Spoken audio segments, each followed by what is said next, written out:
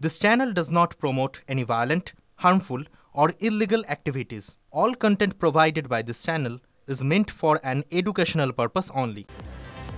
উত্তম কুমার ব্রজবাসী ইতিমধ্যে আপনারা এই নামটার সাথে পরিচিত হয়ে গিয়েছেন, তার কারণ দিনহাটার এই বাসিন্দা রাজবংশী উত্তম কুমার ব্রজবাসী, তাকে অসম সরকারের তরফ থেকে এনআরসি নোটিশ পাঠানো হয় এবং তিনি দীর্ঘদিন সেখানে থাকছেন। তারপরেও কেন নোটিশ, এরপর নানাবিধ জলগলা হয়।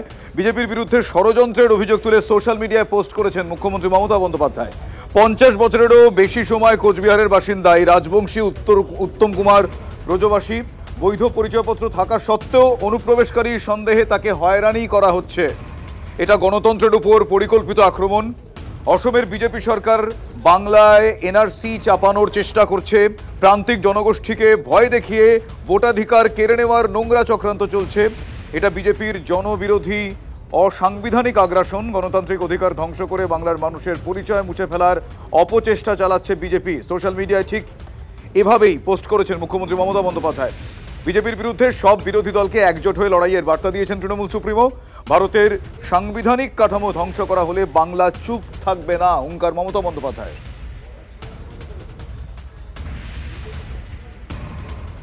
অন্যদিকে এক্ষেত্রে আরও একটা অত্যন্ত গুরুত্বপূর্ণ আপডেট এ সংক্রান্ত আমরা আপনাদের জানাবো। মুখ্যমন্ত্রীর এই পোস্টের পরেই তড়িঘড়ি ব্যবস্থাকে আমরা বলতে পারি, তার কারণ এনআরসি নোটিশ পাওয়া দিনহাটার এই উত্তম ব্রজবাসীকে নিয়ে মুখ্যমন্ত্রী সরব হওয়ার পর মুখ্যমন্ত্রী সোচ্চার হতেই তড়িঘড়ি উত্তমকে জাতিগত শংসাপত্র দেওয়ার তোড়জোড় শুরু হয়ে গিয়েছে। বিডিও দপ্তরের পক্ষ থেকে জাতিগত শংসাপত্র দেওয়া হবে উত্তমের হাতে।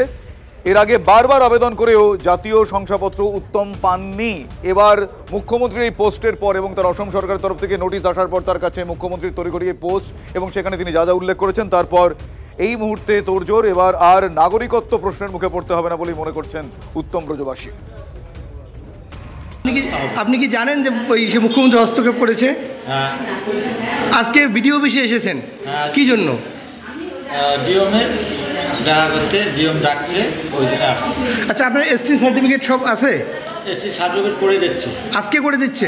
আজকে কেন, এতদিন কেন দেয়নি? এতদিন ওনাকে বলছি, এখন হবে না, বাপ ঠাকুরদার 14 বছরের কাগজ দেখাতে হবে।